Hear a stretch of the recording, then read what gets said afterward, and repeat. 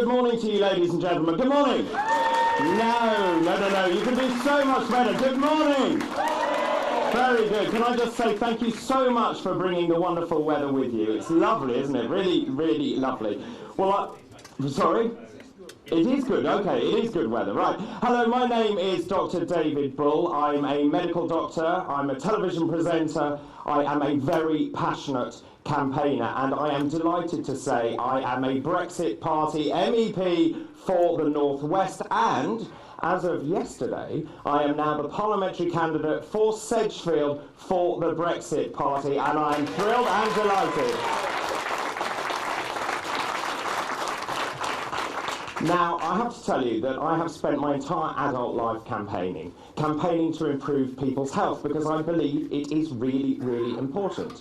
And I've spent time campaigning for some really important stuff. For example, every single child now in Britain is screened for the life-threatening condition cystic fibrosis, so we can intervene early.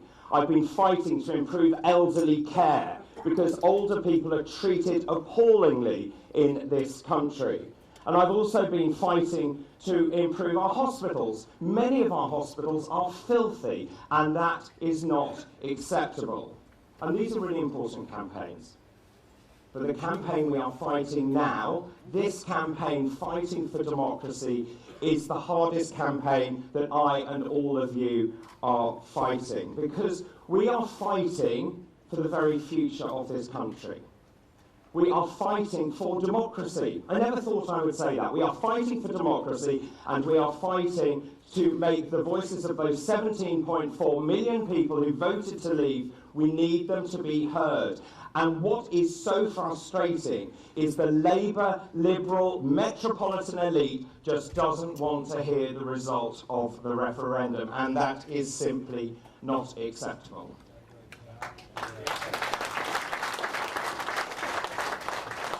You see, fundamentally, this is about democracy. We voted to leave. We haven't left. That is not acceptable. And people keep saying, well, you didn't know what you were voting for, did you? Did you know what you were voting for? Yes, we voted to leave. There wasn't, do you want to leave with a deal? Do you want to leave with no deal? Do you want to leave with any other option? We voted to leave, and we must leave.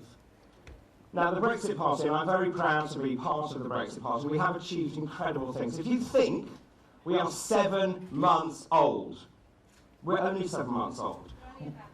What's that? We're only a babby, that's right. And we are now the largest single party in the European Parliament. There are 28 of us, 28 members of the European Parliament, which is extraordinary. And I'll tell you, we have completely shaped the political agenda. Nigel, his sterling work, and the work of the MEPs and all of the Brexit Party has completely changed the political agenda. We have given a home to 17.4 million people who voted to leave. And do you know what? Without us, Theresa May would still be Prime Minister and still be hammering through that terrible deal. So it is thanks to the Brexit Party that she isn't there. And do you know, it's amazing, because her deal, exactly a year ago today, was the day they agreed on that deal. And extraordinarily, guess what? We're still in the European Union. Now, this is a really pivotal moment, because I also think we've done one other thing that's really, really important. We've held Boris's feet to the fire, and he has given us 2 major concessions. I don't know if you saw this, but he has promised the transition period will now not go on longer than December of next year. And he has also promised that what he wants to do is to negotiate a Canada-style FTA. These are really important changes, and without us, these changes simply would not have happened. And do you know what? We're going to take him at his word. We are going to believe him, no ifs and no buts, but make no mistake, he absolutely has to honour his promises that he has given us. The problem is, of course, do you trust Boris? No. Well, that's the problem, isn't it? Because, of course, Boris said he would never annex Northern Ireland. And, of course, what's he done? He's put a border in the Irish Sea and he's annexed Northern Ireland. He also said, well, actually, the fact there will be seamless trade across Northern Ireland and the rest of the United Kingdom. but now it appears that we're going to have customs checks. So in fact, Boris cannot be trusted. If we stood down and let Boris just carry on, I do not believe he could be trusted. And we have to keep his feet to the fire, and we have to make sure that he actually gives us a Brexit that we can be truly proud of. I actually think there's something very interesting going on, because actually we are getting now a lot of abuse from lots of political parties, and that's because they're scared. People are writing to me every day telling me to stand down, and weirdly they're telling me it's my fault that Brexit hasn't been delivered. That is simply not true. They are also saying the Brexit Party is splitting the Brexit vote. I'd argue that in Labour Leave seats, that actually it's the Conservative Party that is splitting the Brexit vote. We need to get Brexit, and the best way of doing that is by having a Leave alliance. And I know many of our candidates have been subject to horrific abuse. You wouldn't believe the sort of stuff that we're being sent every single day. We've lost friends, we've lost family, and it's all because we believe passionately in fighting for something that we truly believe, which is a free, independent, self-governing country. We talk a great deal about changing politics for good, and you know, the thing that frustrates me and many of us is that when it comes to election, have you noticed suddenly the magic money tree has appeared? So all the politicians are now promising, well, you can have this, you can have lots of hospitals, you can have schools. Well, it's nonsense. Of course this is not going to happen. And these empty promises just always amount to absolutely nothing. So let's talk about where I'm standing in the North East, because there are huge problems there, and Labour has ignored them. They've been in power in the North East, and they have done nothing. There are huge rates of mental health issues, huge problems with drug and alcohol misuse, elderly people not being cared for, and also long waits for cancer treatment. It is not acceptable, and we have to change it. And as a doctor, the thing that I find incredibly frustrating and unfair is that where you live should not determine the treatment you get, and it should not determine when you die. This must stop. And so what I will tell you is that if we are elected, then members of Parliament from the Brexit Party, we really will change politics for good, because what we're going to do, we want to deliver better healthcare and better hospitals. We want to deliver better housing. We want to deliver better education. And what's more, we want to build a cohesive, better, united kingdom. And finally, and most importantly, we must bring an end once and for all to the North-South divide. And that's why your votes and your support for the Brexit Party is really important. So thank you very much indeed.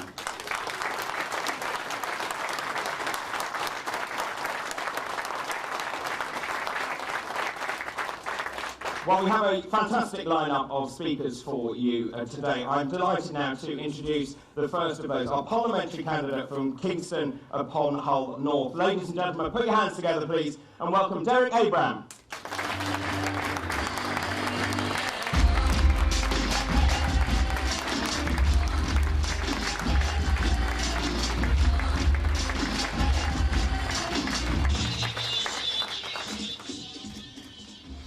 My standing as a PPC candidate for Hull North has been fuelled by my mounting sense of anger. I wasn't angry in the run-up to the referendum in 2016. I was just keen to understand the issues like many, many other people. People were telling me their reasons for why they wanted to choose Remain.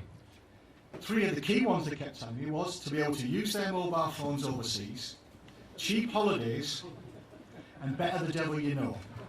Now, I happen to think they're pretty fragile reasons. Right? So, however, I accepted that's their choice. I wanted to look back to that time, and I looked at what the role of the Electoral Commission was around that time. Stay with me on this one, because before the referendum, the Electoral Commission completed one of their key tasks on behalf of Parliament. And I quote from their website: "Look at the wording of the proposed referendum question to make sure it is easy for voters to understand. And as part of our assessment, we carry out research with the public." So they checked with the public that they understood that question. How many times have people told you that you didn't? Incorrectly. Parliament accepted that work from the Electoral Commission in full. Parliament therefore acknowledged that the choice in front of the people, in front of the voters, was easy to understand.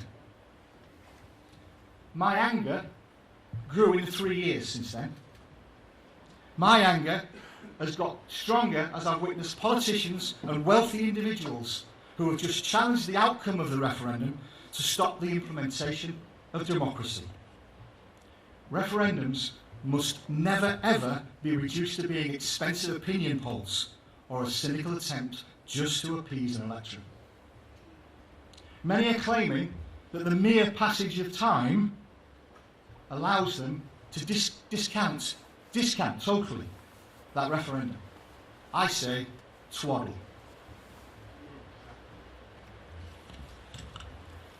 Focusing more locally on Hull, the city of my birth, I was deeply angry that in the more than 3 years now being paid the high salaries that they have been paid, the 3 Hull Labour MPs have consistently, 100%, voted against the wishes of that 67% of Leave voters in Hull. I cannot understand why they did that, but they've tried to explain it as saying they voted with their conscience. Matters of conscience are things such as the death penalty, abortion, corporal punishment in schools, that type of thing. They don't happen often in politics. But they said they voted with their consciences. They did not. That's just an excuse to get them off the hook. They voted as they were told to by their party. Strangely, they voted behind a leader who was renowned for not voting with his party. They failed to do that. Okay. Our economic policy and trading relationships with the countries are not other countries, are not matters of conscience. Okay? The work of the political classes over these last decades has left the city of my birth as one of the 2 most deprived cities in the UK. 45% of the area of Hull is officially defined as deprived areas. Unacceptable. Hypocrisy fuels my anger. Recently, we've got Jo Swinson. She's telling Nicola Sturgeon to accept the Indy referendum results, and she's not even willing to accept the one in 2016, which is UK-wide. Amazing. In my view, personally, the House of Commons, just a personal view, is the most high-profile boardroom in the country. In any other boardroom I'm aware of in this country, that would be unacceptable behaviour from our MPs. Now, not all of them have been that bad, but too many have. I'll finish by saying, your vote in this general election gives you the chance to say to those MPs that you no longer wish to believe should be in their jobs, to say, you're fired. Right? Put bluntly, you gave them their jobs, you can take them away. Right? Enjoy your democratic vote. Enjoy it, people. Enjoy. Thank you very much, Derek.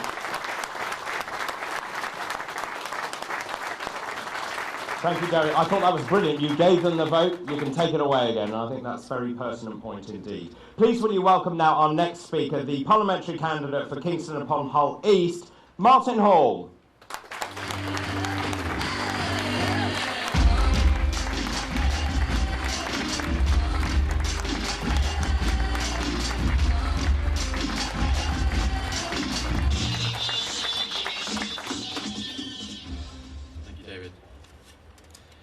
If you'd asked me a year ago whether I was going to be standing for Parliament, I would have laughed in your face. I'm a pretty simple guy. I'm a soldier, I'm an ecologist, and that's where my expertise normally lie. But I'm also the silent majority. I'm the many who just get on with life, working hard to pay off the mortgage, grow a business, who normally refuses to be distracted by the shenanigans in Westminster. But over the years, I've become increasingly distracted, increasingly disappointed by what we've seen going on in Parliament. I'm a Yorkshireman. I expect fair play and honesty, and I'll tell you my mind, often when you've not, whether you ask for it or not. And then came the European referendum. On the 23rd of June 2016, a little over 3.5 years ago, the people of this great country went to the polling stations to decide its fate. The question was simple. Should the United Kingdom remain a member of the European Union or leave the European Union? Remain or leave? Despite being sagely told by betters in Westminster, the Liberal elite in London, and vast swathes of the media that the sky would fall in, and a plague would be brought upon all our houses, the good people of the United Kingdom voted to leave. However, over the last 3 years, and despite many false promises, all we have seen is a Parliament seemingly dead set against implementing the will of the people.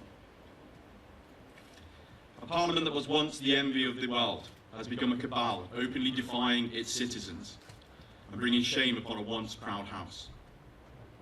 They appear intent on seceding the sovereignty of a country that once stood alone against a different European power. A country that was once the only hope of free people throughout Europe, trying to overthrow a regime being forced upon them. But what do you do with a Parliament that does not listen? A Parliament that thinks it knows best. A Parliament that thinks the little people just didn't really understand the question or what leave actually meant. We vote them out and we replace them with one that will. It is that simple. What the last 3 years has shown us is that you cannot trust the three main parties to deliver Brexit on their own. It can only be accomplished with a new party. A party that believes in implementing the will of the people. A party that believes the country can and should once again stand proud outside of the European project, forging its own future. That party, my friends, is the Brexit Party. And my name is Martin Hall, and I'm the parliamentary candidate for the Brexit Party in Hull East. Thank you.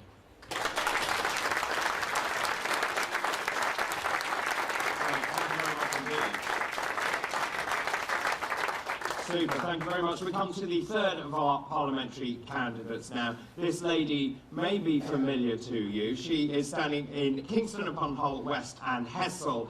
Ladies and gentlemen, please will you welcome Michelle Dewberry.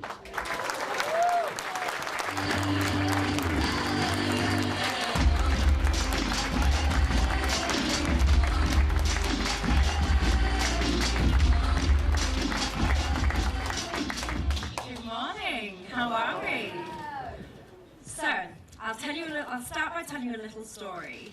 Last night, I was with a businessman who is a respectable, successful businessman in the north, and he took me to a side, and he told me a dark secret, very quietly, very discreetly. And you know what his dark secret was? That he had to almost whisper to me.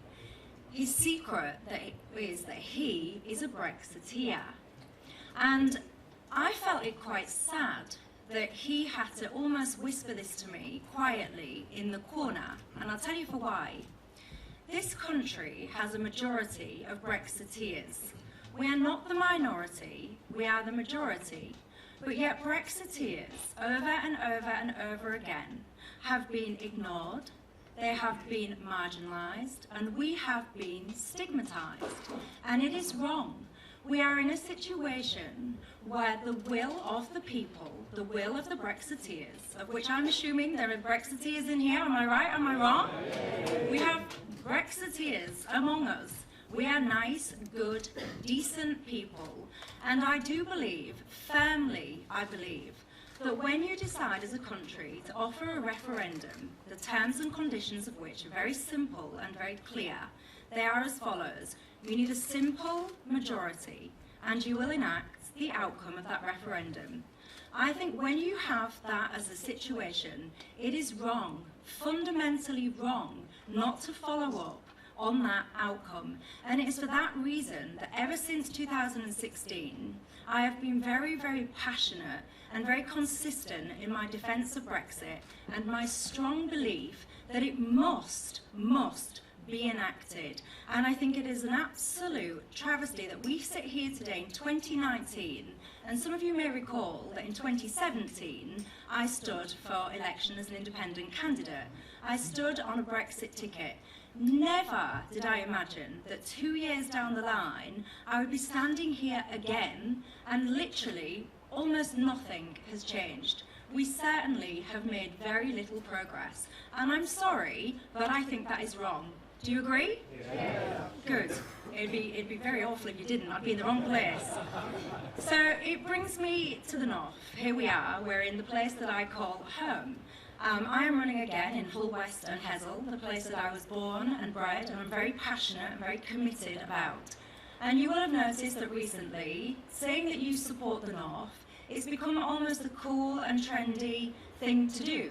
It's fascinating, isn't it, now that there's an election, that everybody wants to be up north. Everyone wants to be talking to and embracing northern people. The northern powerhouse has been a sentence that's been on people's lips for years. It's meant very, very little.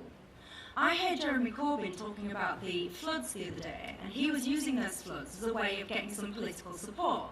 He was saying, I bet, if the floods was happening down south, the Tories would call it a national emergency. Well, my response to that is, hang on a second, because as many of you will recall, Hull flooded in 2007.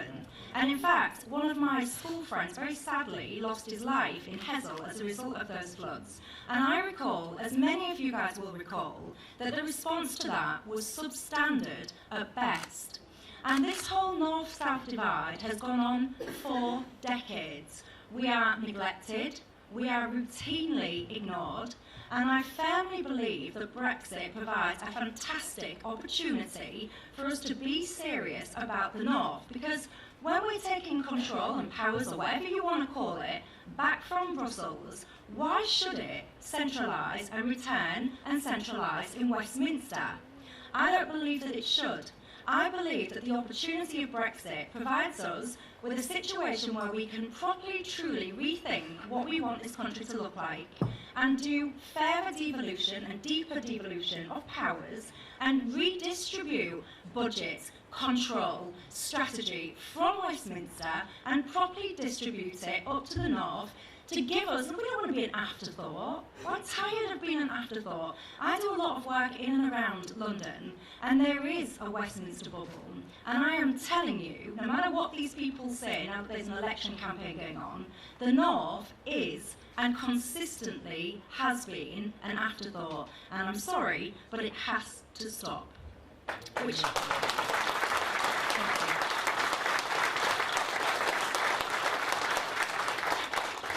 It leads me to my final point, which is I truly believe that politics is broken. As you will have seen over the last recent weeks, months, we have been consistently talking about, or hearing people talk about, voting, tactical voting, alliances, this, that and the other.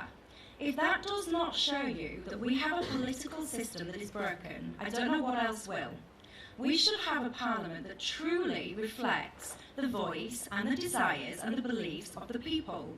The first past the post system that we currently have does not give us a parliament that represents us. The Brexit Party, which is one of the reasons I've decided to stand here for this party, they truly believe in political reform, as do I. They truly believe in making sure that the systems and the frameworks are changed to allow Parliament to truly represent everybody. They also believe in things like reforming, if not scrapping, the House of Lords. Again, I am firmly, firmly behind this. And I will end very simply by saying this. We, if you're a Brexit voter, particularly a Brexit voter in these regions, we have been let down. Our towns, our city, has been under Labour dominance for as long as certainly I can remember. They have the control over the MP seats, often very much as a majority in the local councils, and it has to stop. We are being told time and time and time again now that people's failings are because of other people's successes. We are being pitted against each other. We are constantly being told that in order to succeed, we have to pull people down. I don't believe that. I believe, and I desperately desire, anybody to be as successful as they choose to be. But that isn't achieved by pulling people down. It is achieved by pulling people up, raising aspirations, raising educational standards, and crucially, working hard to get the support of the voters and delivering on the promises that we made. And I've been asked told in some instances that I'm wrong to stand in this election and that I am splitting a vote. And I will be very, very clear, and I will respond like this. I am not splitting the vote. There is nobody that owns your vote other than you yourselves. What you need to do is vote for whomever the party is, and of course I'm standing here, so I hope it's going to be the Brexit Party. But do not allow people to make you feel bad. Do not allow people to tell you who you need to vote for, and do not fall for all of this nonsense about tactical voting and this, that and the other. I believe, and I will always maintain, I think Labour, particularly in this area, has taken us for granted.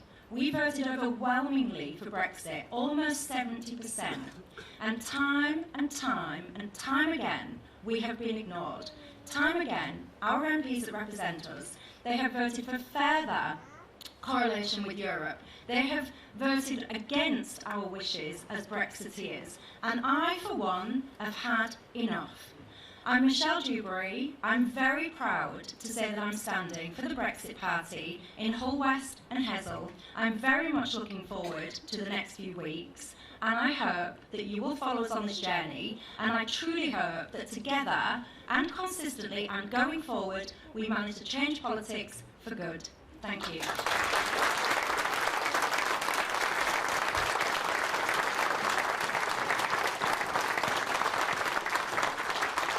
Super, thank you very much indeed, Michelle. I think you can see, look, 3 amazing parliamentary candidates, and I think the thing, hopefully, that comes across is the drive, the determination. The fact is actually, for all of us, to put our heads above the parapet and really be shot at, which is what is going on at the moment, has taken a lot of courage.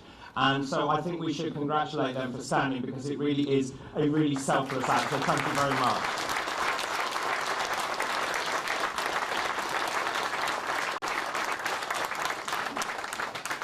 You know, I feel as though I've been in the Brexit Party for a very long time. It seems to have gone on for years, but it hasn't, of course, because my journey started only a matter of months ago.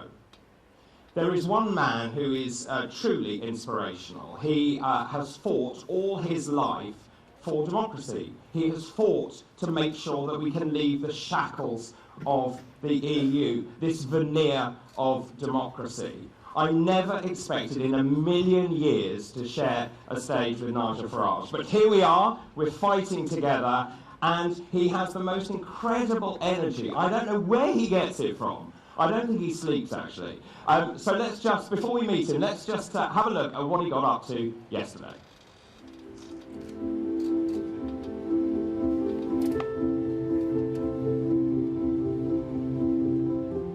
What I did on Monday was not an easy thing to do, but I did it because I thought the moment had come when I really ought was to put country before party. I did it because I thought the moment had come. If Brexit doesn't get done, it's not because of me. I've done my utmost.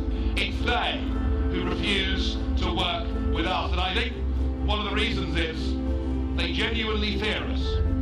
They genuinely fear us, get our voice there in the House of Commons. What the Conservatives have done every single day is they have put party before country.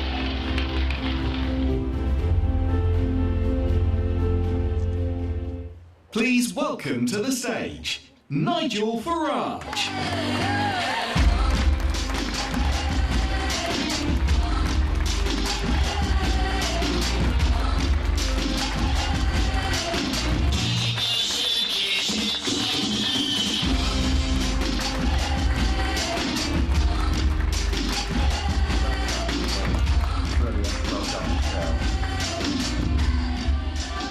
Good morning, everybody. Great to be here on stage in this is Leave country, isn't it? You know, 70% Leave is quite low for some of these constituencies. So I'm absolutely in the heart of Leave country, and in the heart, I think, of a part of England that feels very, very let down by Parliament, our political class, because it's 3.5 years on and we've still not got Brexit. So that's why I set up the Brexit Party 6 months ago. It was obvious to me we would just limp on with Theresa May as our Prime Minister. Wasn't she just the worst ever?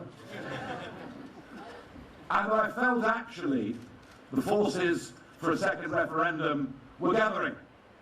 So we set up the Brexit Party, we stunned everybody in the space of 6 weeks, we completely reset the political agenda, we got a new Prime Minister, and here we are now facing what could be a very, very decisive, perhaps even historic, general election. And I'm on stage here today with some of our local candidates, and we particularly welcome new girl, Michelle Dewberry. It's her first day with us. And anyone that's watched her on The Pledge or anywhere else knows she is a fearsome debater and somebody with true conviction in her heart. I think we're all very, very pleased to have you with us standing in this great fight. I'm also conscious, being in Yorkshire today, of those in this county and surrounding counties who are having a really, really miserable time of it with the flooding. And I hear a lot of talk about improved flood defences, but I am slightly struck, having visited Somerset a few years ago that went through very much the same problem, that it's okay dealing with the symptoms of these disasters, but we maybe need to think a bit more about some of the causes. And yes, we do need to think about how we dredge our rivers and how we maintain our waterways. I won't get into EU directives and whether they caused it, but spare a thought for all of those poor people, and it's still raining, and the prospects are it won't get much better. Now, you probably think, or used to think, that we live in a 21st century democracy.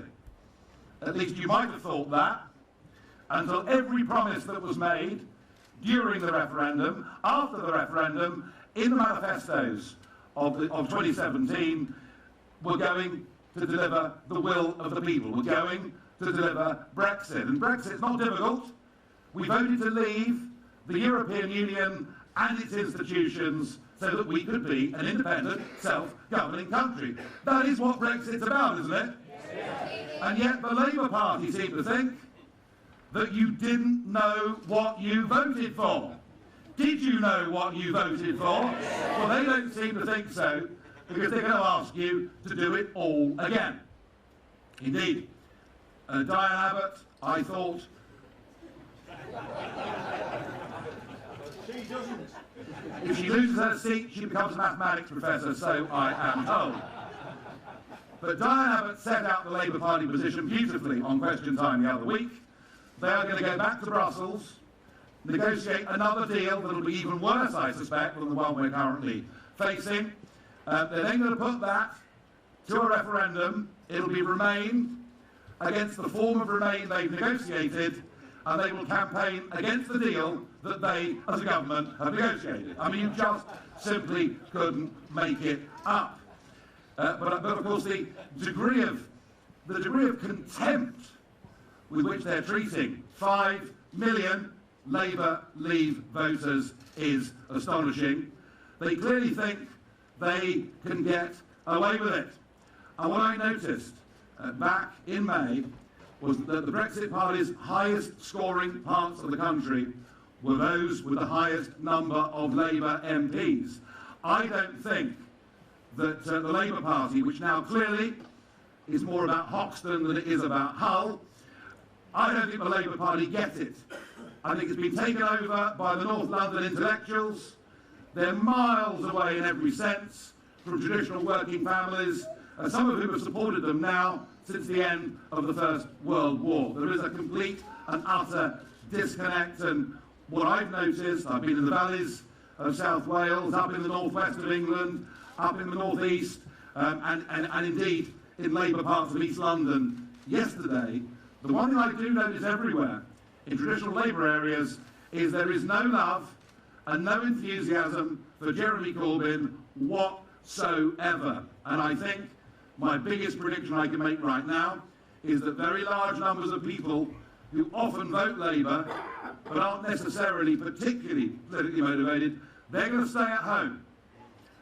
And that gives us a phenomenal opportunity in parts of the country like this. Seats in Hull, for example, that voted by over 70% to leave, now being represented by Labour MPs that are Remainers and want the people of Hull to vote again in a false choice second referendum. It is in seats like this, with candidates of the calibre that you've seen on this stage this morning, men and women that are not doing this because they want a grubby career in politics. They're doing it because they're prepared to stand up for their principles, for what they believe in, for actually democracy. You know, the very gift that was given to us, defended and fought for, and we remembered those that made the sacrifice for us to be free last Sunday in ceremonies all around this country. It's about being a democracy. It's about being free to make our own choices, and once every few years maybe choose somebody else and go in a different direction. And the problem is that democracy only works if you've got the principle of losers' consent. That you may not like the result of the election, but you accept the result of the election. That is how civilised democracy works. And we've seen 3.5 years now of former Prime Ministers, the Labour Party, the Liberal Democrats, actually saying that they want to effectively overturn the greatest democratic exercise in the history of our nation. Well, we're not having it, and we're going to stand up, and we're going to fight Labour in every seat in this country, be in no doubt.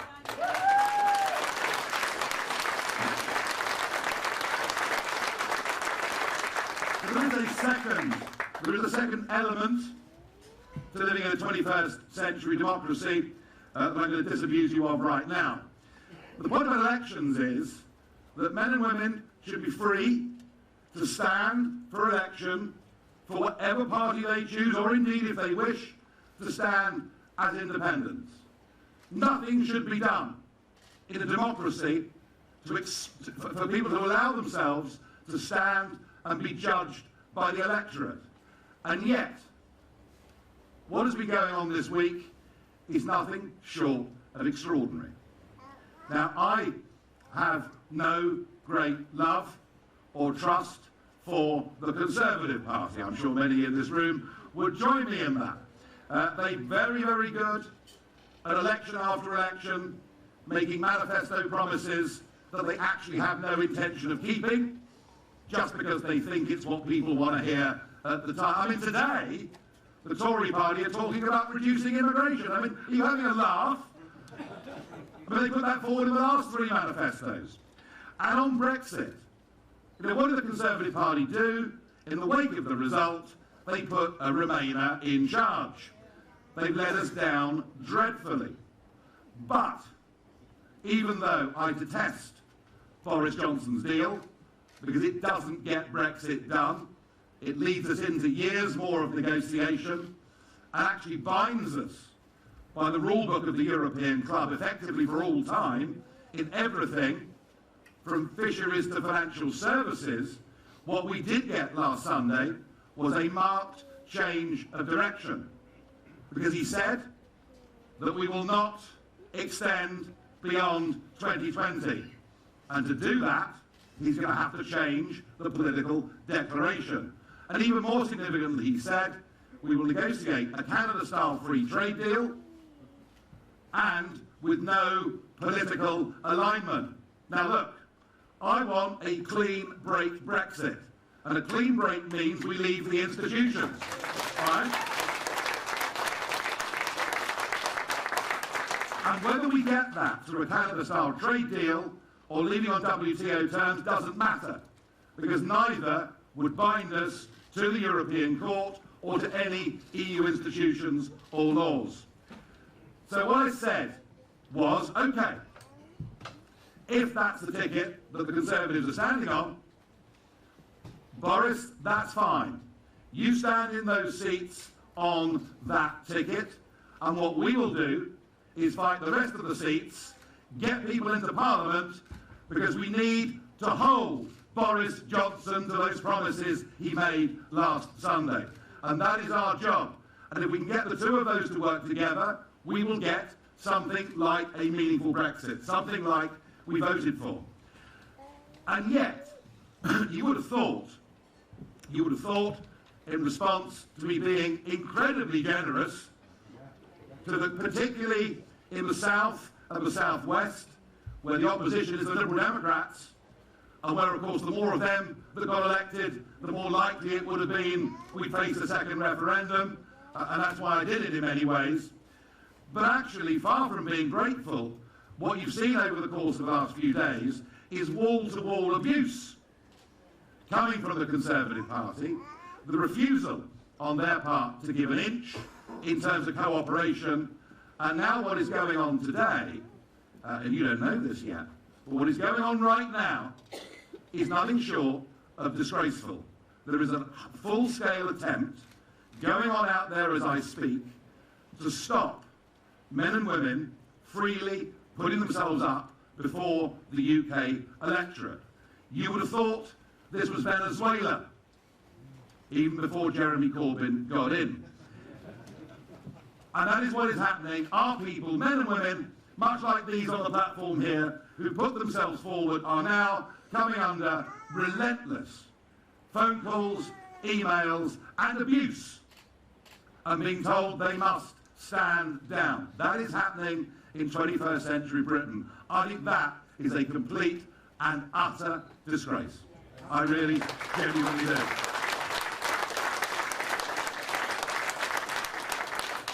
But of course that's because they fear us. They fear us. They fear the Brexit Party having a voice in the House of Commons because they know what the precedent is.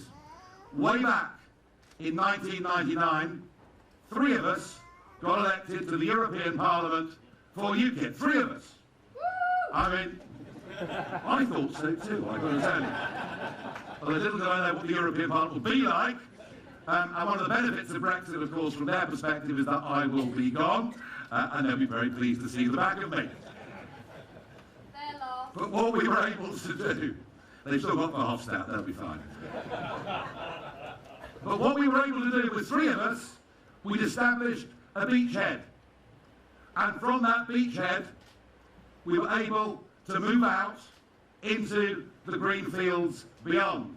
If we hadn't got that beachhead, we never would have got to the position of winning the 2014 European elections, of terrifying Cameron so much that he thought, I know what I'll do. I'll get rid of this awful Farage bloke at UKIP. I'll just give him a referendum and then the problem will go away. Well, and that's what they fear in Westminster. They fear us getting people into Parliament who genuinely believe in Brexit and who will not, on a 3-line whip, go through the lobby and vote the things they don't believe in and be good little boys. I promise you, our lot get to Westminster, they will not be good little boys and girls. They will stand up and fight for those that put them there. They will stand up and fight for this country to have a clean break Brexit and to be free of the shackles of the European Union. And we do so knowing there are fantastic opportunities for this country. I still cannot, as somebody that went from business into politics, I still cannot get into my head why anybody thinks economically it makes sense to be shackled and tied to 15% of the world's economy, and when that percentage goes down every single year. There is a great, big, exciting world out there. The Commonwealth and America, between them, 2.7 billion people. And, you know, out there, in that wider world, there are people and countries that actually like us. And I think it's very silly of us to have turned our backs on the world in favour of rule from Brussels. So yes, it's about independence, it's about democracy, it's about liberty, it's about us being free to choose our own future. But we will, I am certain, with that new self-confidence, be richer, more prosperous, and have a greater standing across the whole world. I believe in this as strongly as I ever have done, and I will now relentlessly tour the country over the course of the next month, supporting the men and women who put themselves forward to be part of the democratic process. Thank you very much indeed.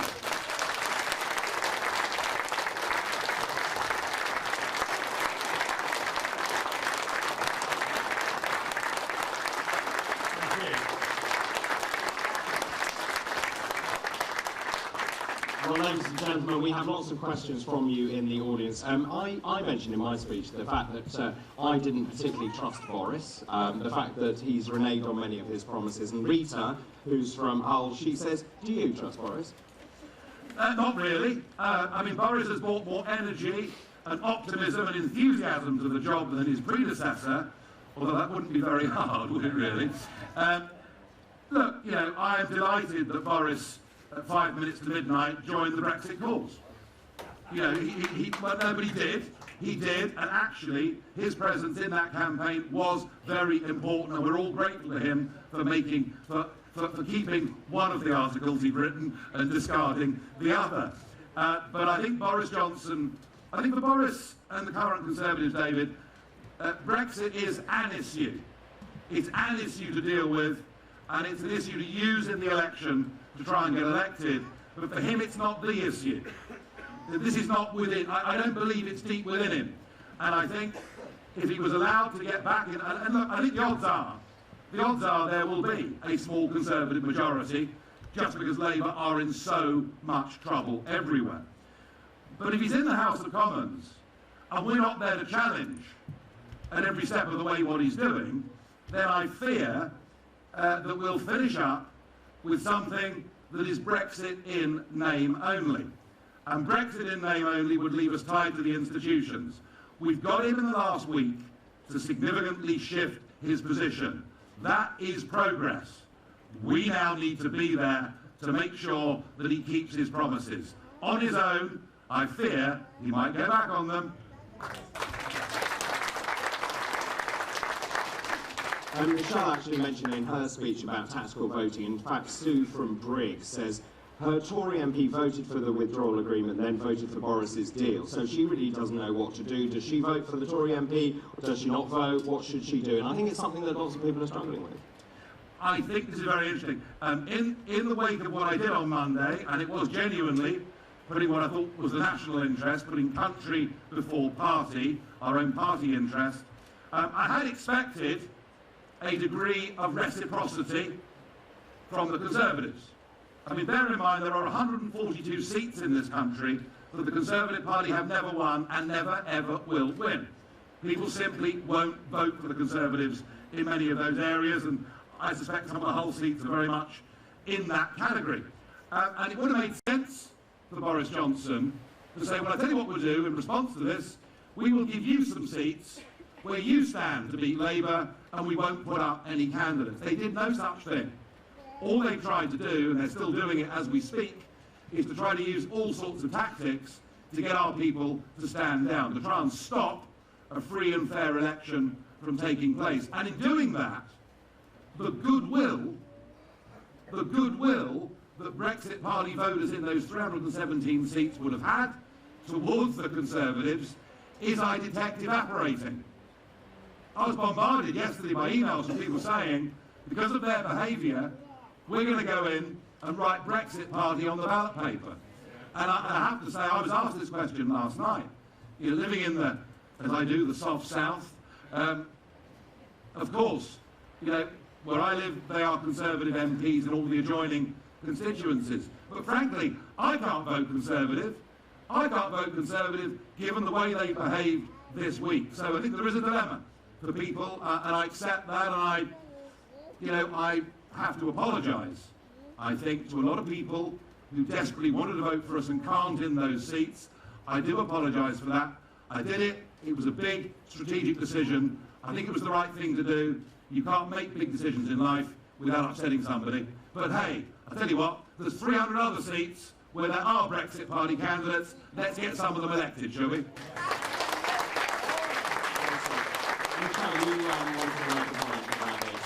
Yeah, I would just add to what Nigel said, and also what I mentioned a few minutes ago. People have to disregard this talk of tactical voting and strategic voting.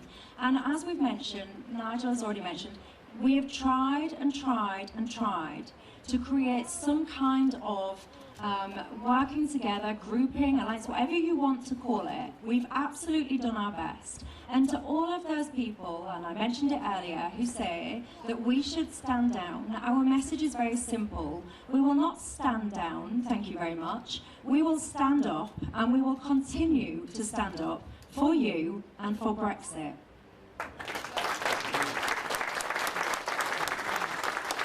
I think these points are so fundamental. Even after what I'd done, I was accused that I might split the Leave vote in the rest of the country. Well, in seats around this area, in all three of the seats where we're standing in this part of the country, we are the challenger to the Labour Party. And the only reason we might not beat the Labour Party is because the Conservative Party will split our vote. You know, I went to them in September and said, look, we could, if you want, build with some quite senior Labour figures, Brexit Party and Conservative Party, we could build a Leave alliance.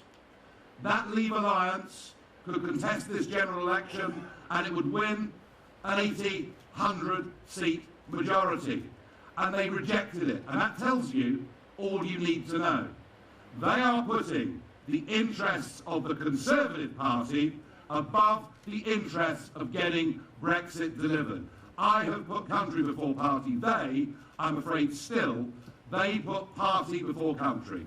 It's got to be country first. It is with us, and I bitterly regret that they will split our vote in many of those constituencies. Doesn't mean we can't win, just makes it a bit harder. But I do think there is a message in those seats. If you're Labour and you're Leave, you can't vote for them. But if you're Conservative in those seats, for goodness sake, vote for the Brexit Party, because that's the way you get people into Parliament that will keep Boris honest.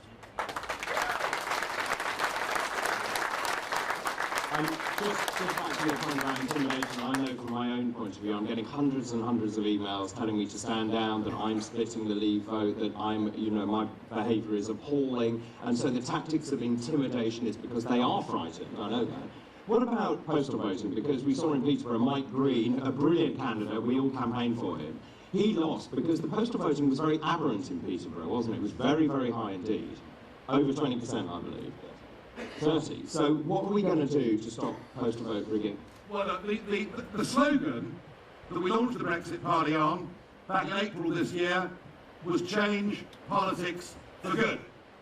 And what that says is that for us, Brexit is the start of a huge political transformation and reform that is much needed in this country. You know, this week's absolutely proved to me how rotten the whole establishment is. I mean, the very thought that what they do is they first try to slag off their opponent, they then try and buy them off with peerages.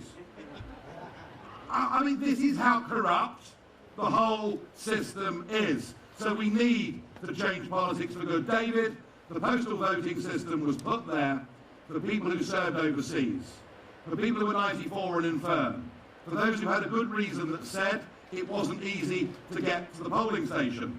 Some countries in Europe don't even have a postal vote possibility. And in those days, I'm only going back to pre-Blair, in those days 2 or 3% of people voted by post. Now it's 20% plus that vote by post. Yes, it can be convenient, I get that, but it is so open to abuse and intimidation. We've seen court case after court case on this issue. I'm not going to be specific about constituencies. I haven't got time to spend with the lawyers. But we all know this is being abused, and one of the reforms we want to fight for is scrapping the current postal voting register and replacing it with those who work overseas and 94-year-olds who are in wheelchairs and are infirm. That's the first thing I think we should do. The second thing we need to do, we've got to have a voting system that is more reflective of the way this country is. You know, how can a political party get millions of votes and no representation in Parliament? That clearly doesn't make sense. And having once again turned down the offered peerage so that I would disappear and toe the line, let's abolish the House of Lords. It's no good.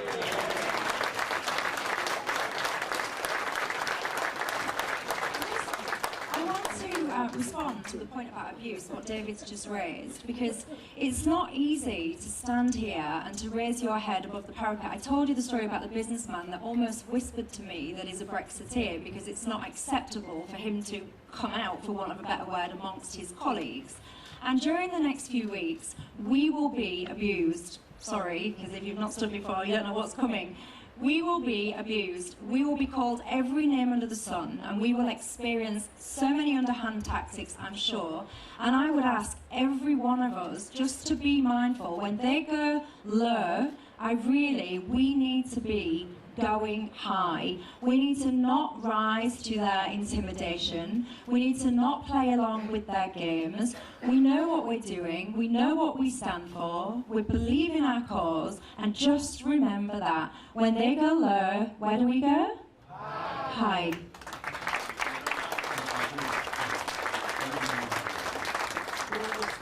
Nigel, can I just mention British Steel? Why, I think this is a very pertinent question, given EU regulations, why can't we bail out failing British industries? British Steel, a very good example of this. Surely it's only right and proper the UK can bail out a failing industry. Well, we've been bound, as indeed our entire economy has for decades, completely bound by European law.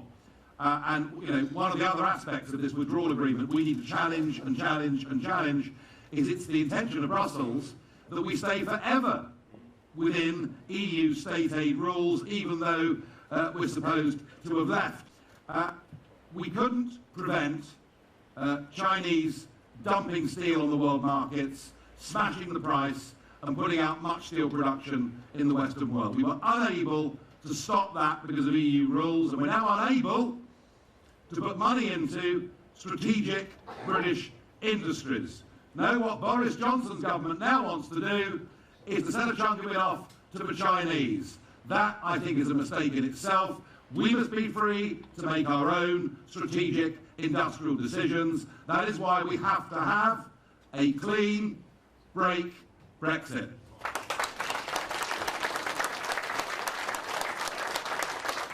One of the other things that struck me being in the European Parliament is that we've been told for a long time, oh, there's no such thing as a European army, there's no way, they're never going to have it. I was there when they said we are going to have a European army. That will undermine NATO. It's not on, is it? David, the remarkable thing about this whole debate is that because Boris put a figure on the side of a bus that was a bit on the high side, we're told we won the referendum through lying. They have been lying for 50 years. They told my parents it was about trade and cooperation and wouldn't affect our sovereignty, and so they voted yes in the 75 referendum, and they go on lying about the true nature of the European project. I had the opportunity to debate with Nick Clegg back in 2014, he of the genius Fixed-Term Parliaments Act and many other things, and it was really interesting. I said one of the reasons I don't want to be a member of the European Union is it's becoming a militarised union that will, I think, destroy NATO. And his response was, Nigel Farage is a dangerous fantasist for even suggesting there could ever be a European army. And as David said, it's full steam ahead now for a full European defence union by 2025. It will destroy our relationship with America, Australia, Canada, New Zealand. It has even more worrying implications for sharing information than it does for military cooperation. And I want to hear that we will take no part in it. Because if we take no part in it, it will not actually have any military or intelligence significance. And I heard the other week, when I was in Brussels, both Juncker and indeed van der Leyen and Verhofstadt all saying we need to show our muscle and strength on the world stage by military intervention. And I think that actually, far from being a project of peace, will take us in a very bad direction. We want no part of it, and I hope that our leaving the European Union actually reforms the EU, changes the European structures for the rest of Europe too. And if it's a Europe of nation states cooperating, trading, having reciprocity, being friendly, we want to be a part of that. What we don't want is to be governed from Brussels by an undemocratic set of institutions who are absolutely intent on building a global empire. I hope by doing this we don't just save ourselves, but we do actually save the rest of Europe too. I really do.